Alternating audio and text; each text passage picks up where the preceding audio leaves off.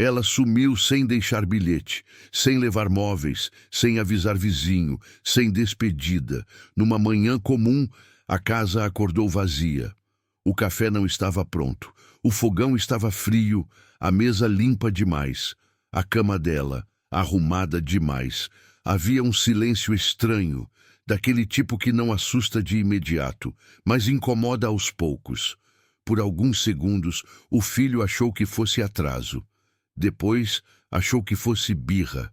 Pensou que ela tivesse ido ao médico, ao mercado, a algum lugar qualquer. Não se levantou da cama, não se preocupou.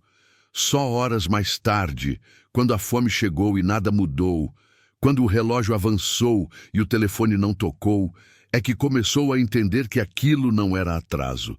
Era ausência, e não qualquer ausência. Era abandono. Mas o choque não veio porque ela foi embora. Veio porque ela foi embora depois de sustentar um filho adulto por tempo demais. Antes de continuar, se essa história te fizer pensar em alguém, se inscreve no canal e ativa o sininho. Nem toda história é fácil de ouvir, mas algumas só fazem sentido quando são ouvidas até o fim. Ela se chamava Marta, 59 anos. Mãos marcadas pelo trabalho, corpo cansado antes mesmo de acordar. Olhar sempre atento, como quem vive em estado de alerta há décadas. Desde cedo, aprendeu a trabalhar dobrado. Primeiro, para sustentar a casa. Depois, para sustentar o filho. E, sem perceber, passou a sustentar também a ideia de que aquilo ainda era amor. O filho se chamava Renato, 32 anos, forte, saudável, sem nenhuma limitação física. O problema nunca foi o corpo. O problema sempre foi a decisão repetida de não usar o corpo para nada além do próprio conforto. Renato acordava tarde, Marta acordava cedo. Renato reclamava da comida, Marta pedia desculpa. Renato dormia enquanto ela limpava a casa. Renato exigia enquanto ela cedia. Não havia gritos, não havia violência explícita, não havia tapas nem empurrões. Havia algo mais silencioso e mais cruel, a certeza absoluta de que ela estaria ali, acontecesse o que acontecesse. Ele nunca precisou correr atrás de nada, sempre teve alguém correndo por ele. E quando alguém corre por você por tempo demais, você esquece como é andar com as próprias pernas. Marta sustentava a casa sozinha desde que o marido morreu, muitos anos antes. Trabalhou como costureira, faxineira, cozinheira, cuidadora, aceitava o que aparecia. Nunca passou fome, mas também nunca descansou. O dinheiro entrava e já tinha destino certo. Conta de luz, água, gás, remédios, comida, internet para o filho procurar emprego. Emprego que nunca vinha, não porque não existisse, mas porque nunca era bom o suficiente. Muito cedo, muito pesado. Muito longe, muito pouco dinheiro. Sempre havia um motivo. Sempre havia uma desculpa nova para não enfrentar a mesma verdade antiga. No começo, Marta acreditou que era fase, depois acreditou que era luto, depois acreditou que o mundo estava difícil demais. Sempre surgia uma explicação confortável para evitar a conclusão dolorosa. Renato se acostumou rápido. Conforto, quando não é interrompido, cria raízes profundas. Os vizinhos comentavam, alguns com pena, outros com julgamento.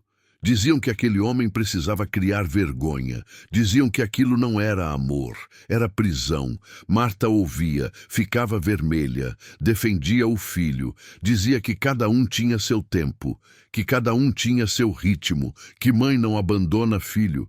Nunca parava para pensar que talvez estivesse abandonando a si mesma. Renato passou dos 20, dos 25, dos 30. A casa continuava a mesma. Ele também não ajudava nas tarefas. Não contribuía financeiramente, não se responsabilizava por nada. Se algo quebrava, era culpa dela. Se faltava dinheiro, ela que se virasse. Ele não pedia, ele esperava. E quem espera assim, espera com arrogância. O corpo de Marta começou a dar sinais. Dor constante nas costas, pressão alta, cansaço que não passava nem depois de dormir, esquecimentos. Um dia queimou comida e ouviu reclamação. Outro dia quase caiu de exaustão no trabalho. Voltou para casa em silêncio. Preparou o jantar mesmo sem fome. Limpou a cozinha mesmo sem força. Renato reclamou do arroz. Ela pediu desculpa. Naquele pedido, algo se quebrou de vez. Ela percebeu que não estava cansada do trabalho. Estava cansada de ser invisível. Cansada de existir apenas como recurso. Cansada de sustentar alguém que não sentia o menor desconforto em vê-la adoecer para continuar confortável. Essa percepção doeu mais do que qualquer dor física. Mesmo assim, ela não foi embora naquele dia. Marta não era impulsiva. Pensou por semanas, pensou nas madrugadas sem sono, enquanto o filho dormia tranquilo. Pensou no medo de ficar sozinha, pensou no julgamento das pessoas, pensou na culpa, pensou no amor, pensou no que aconteceria com Renato se ela não estivesse mais ali. E, pela primeira vez em décadas, pensou no que aconteceria com ela se continuasse. O ato irreversível não foi gritado. Foi planejado em silêncio. Documentos separados, um pouco de dinheiro guardado aos poucos, uma conversa breve com uma amiga distante, um quarto simples alugado em outra cidade, nenhuma explicação. Ela já tinha explicado demais a vida inteira. No dia em que sumiu, fez tudo como sempre. Acordou cedo, preparou comida, lavou a louça, limpou a casa. Renato dormia. Antes de sair, olhou para o quarto do filho. Viu um homem adulto dormindo como alguém que nunca precisou acordar para a própria vida. Não chorou, não deixou carta, apenas fechou a porta.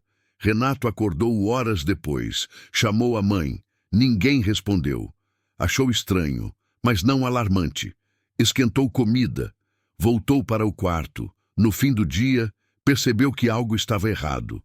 O telefone desligado. A casa silenciosa demais. No primeiro dia, sentiu irritação. No segundo, incômodo. No terceiro, medo. Não medo de que algo tivesse acontecido com ela. Medo de perceber que o mundo começava a exigir coisas que ele nunca precisou dar. A queda não foi imediata. Foi lenta, humilhante. Tentou ligar para parentes. Alguns não atenderam. Outros disseram que não sabiam de nada. Foi na casa de conhecidos. Foi recebido com frieza. Alguns ajudaram por um dia ou dois. Depois cobraram atitude. O dinheiro acabou rápido. As contas chegaram. A geladeira esvaziou. Tentou cozinhar. Queimou comida. Tentou lavar roupa. Estragou peças. Tentou pedir ajuda. Ouviu negativas. Descobriu que a rede de conforto que sempre existiu não era uma rede, era uma pessoa, e ela não estava mais ali. Vieram dias difíceis, dormiu mal, comeu mal, passou vergonha, teve que aceitar trabalhos temporários que sempre desprezou, carregar peso, limpar chão, ouvir ordens. O corpo doeu, o orgulho doeu mais. Teve vontade de desistir, mas desistir para onde? Não havia mais para onde voltar. Meses se passaram. Renato mudou fisicamente, emagreceu, criou calos nas mãos, aprendeu o básico que nunca precisou aprender, não virou exemplo, não virou herói, virou alguém minimamente funcional. E isso custou caro, custou humilhação, solidão, raiva e arrependimento tardio. Pensava na mãe quase todos os dias, no começo com raiva, depois com culpa, depois com uma gratidão amarga. Entendeu, tarde demais, que ela não sumiu por falta de amor. Sumiu porque aquele amor, daquele jeito, estava destruindo os dois. A reconciliação não foi rápida, nem completa. Anos depois, descobriu onde Marta estava. Pensou em procurá-la muitas vezes. Desistiu tantas outras. Quando finalmente foi, não esperava abraço, não esperava perdão, esperava apenas encarar. Marta estava diferente, mais magra, mais tranquila. Vivia simples, trabalhava pouco, descansava mais. Quando o viu, não correu, não chorou, ouviu tudo. Disse que amava, disse que precisava ter ido, disse que não se arrependia. Renato saiu dali com menos do que queria e mais do que merecia. Nunca recuperou a mãe como antes, nunca recuperaria. Mas saiu entendendo algo que demorou décadas para aprender. Que amor não é sustentar eternamente quem se recusa a andar. Que às vezes sumir é a única forma de ensinar alguém a existir. Essa história não termina com aplauso, termina com reflexão. Se você conhece alguém que chama de amor, o que na verdade é medo de soltar, ou se você vive sustentado por alguém que está se perdendo para te manter confortável, talvez essa história não seja sobre eles. Talvez seja sobre você. Se isso te marcou, comenta, compartilha e curte. Às vezes, uma história não muda o mundo, mas muda alguém. E isso já é suficiente.